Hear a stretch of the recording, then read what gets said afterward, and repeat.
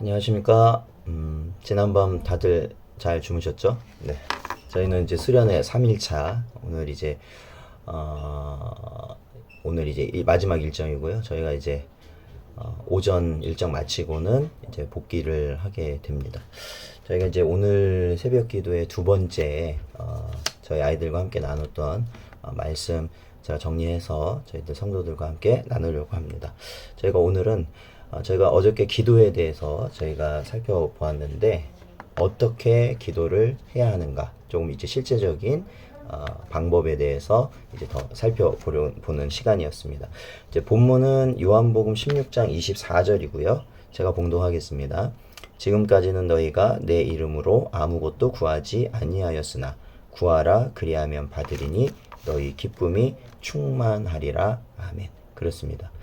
어쨌든 뭐 그러니까 기도에 대해서 우리 성도들이 살펴본다면 이분을 빼놓을 수가 없는 거죠. 그거는 바로 예수님입니다. 예수님께서 우리에게 기도하는 거에 대해서 또 가르치셨고 직접적으로 주기도문을 통해서 가르치신 것뿐만 아니라 기도하는 모습을 항상 보여주셨기 때문에 그렇죠.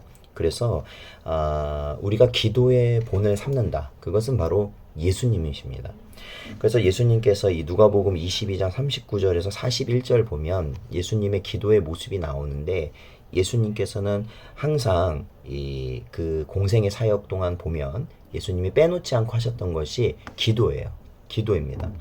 특히 예수님께서 그 기도를 하시기 위해 이런 산에 올라가실 때 어떠한 표현이 있냐면 습관에 따라 올라가셨다라는 겁니다.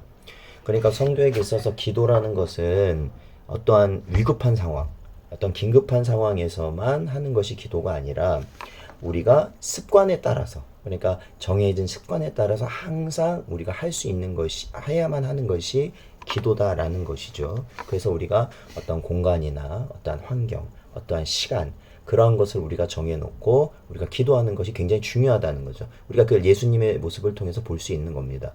그리고 구약에서도 기도하면 우리가 떠올릴 수 있는 사람이 다니엘입니다. 다니엘 같은 경우에도 그가 예루살렘 향해서 항상 자신의 처소에 창문을 열고 하루에 3번씩 기도했다라고 말하고 있지 않습니까? 심지어는 자기를 죽이려는 대적들이 그 기도하는 모습을 잡기 위해서 기다린다는 것을 알았음에도 그는 기도했다라는 것이죠. 그래서 예수님의 기도, 다니엘의 기도의 모습을 보았을 때 우리 성도들이 여러 많은 일들이 있어서 바쁩니다. 그러나 바쁨에도 불구하고 우리에게 있어서 기도라는 것이 가장 먼저라는 것이 우리 삶에 분명히 정해져 있고 그것을 우리가 통해서 기도로 먼저 하나님께 나아가는 삶의 습관을 우리가 세워 나가는 것이 맞다라는 것이죠. 그리고 또한 우리가 기도를 할 때는 우리가 좀 어떻게 보면 요즘 시대적인 흐름이 우리가 그리스도인인 것을 우리가 드러내지 않는 성향이 점점 강해지고 있습니다. 특히 이 코로나 전국을 지내면서 결국에는 어떻습니까? 이 기독교인이라는 것, 교회 다닌다는 것을 드러내지 않는 것이 어떻게 보면 암묵적으로 우리에게 좀 몸에 배어 있는 듯한 모습을 가져요. 그래서 우리가 심지어는 식사 기도할 때도 우리가 제대로 식사 기도를 하고 먹는 경우가 드문 것을 보게 됩니다. 그러나 우리가 주기도문을 보면 예수님께서는 우리가 기도할 때 우리에게 있어서 아주 구체적이고 또한 세세히 그러니까 우리의 삶의 영역에 있는 것은 구체적이고 세세한 것까지도 하나님께 구하고 기도하라 말씀하셨어요. 그러니까 우리가 뭐 아주 세계적인 일, 아니면 우리가 국가적인 일, 아니면 정말로 사회적으로 큰 일만을 위해서 기도하는 것이 아니라 우리의 모든 일생, 우리의 모든 필요를 아시고 책임지시는 하나님께 아주 작은 것까지도 사실은 우리가 기도하며 나아가는 그러한 모습을 가져야 한다라는 것입니다. 그리고 예수님은 우리에게 실제적인 모범을 보여주셨어요. 무엇의 모습을 보여주셨냐면 기도의 모습. 그러니까 기도하는 모습. 그러니까 어떻게 기도하셨는가에 대한 모습을 보여주셨다라는 것이죠. 예수님께서는 그 기도를 어떻게 하셨습니까? 간절히 하셨다라는 것입니다. 예수님께서 십자가를 지시기 전에 기도하실 때는 이렇게 기도하십니다.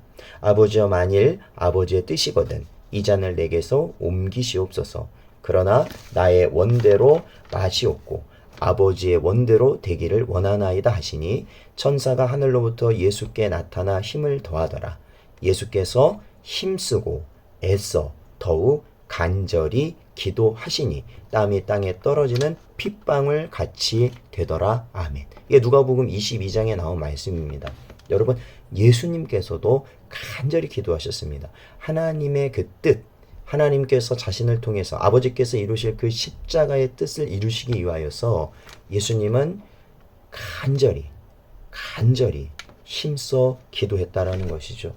그래서 우리가 그 기도하는 것에 대해서 물론 우리가 느헤미야와 같이 잠시 묵도하고 나가는 상황도 있을 수 있습니다. 그러나 우리가 일반적으로 우리가 하나님께 기도하는 그것은 간절함으로 나아가야 하는 것이다 라는 겁니다.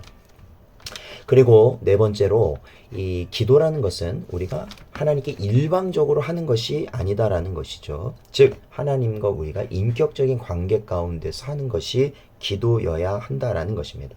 그래서 우리가 하나님께 무조건 뱉어놓는 것이 기도가 아니라 사실은 우리가 믿음을 가지고 하나님께 나아가서 기도하였을 때 우리의 기도가 하나님께 연락이 되어지고 또한 그 연락된 기도로 인하여 하나님께서 반드시 응답하신다는 것. 즉 마가복음 11장 24절 말씀을 보면 무엇이든지 기도하고 구하는 것은 받은 줄로 믿으라.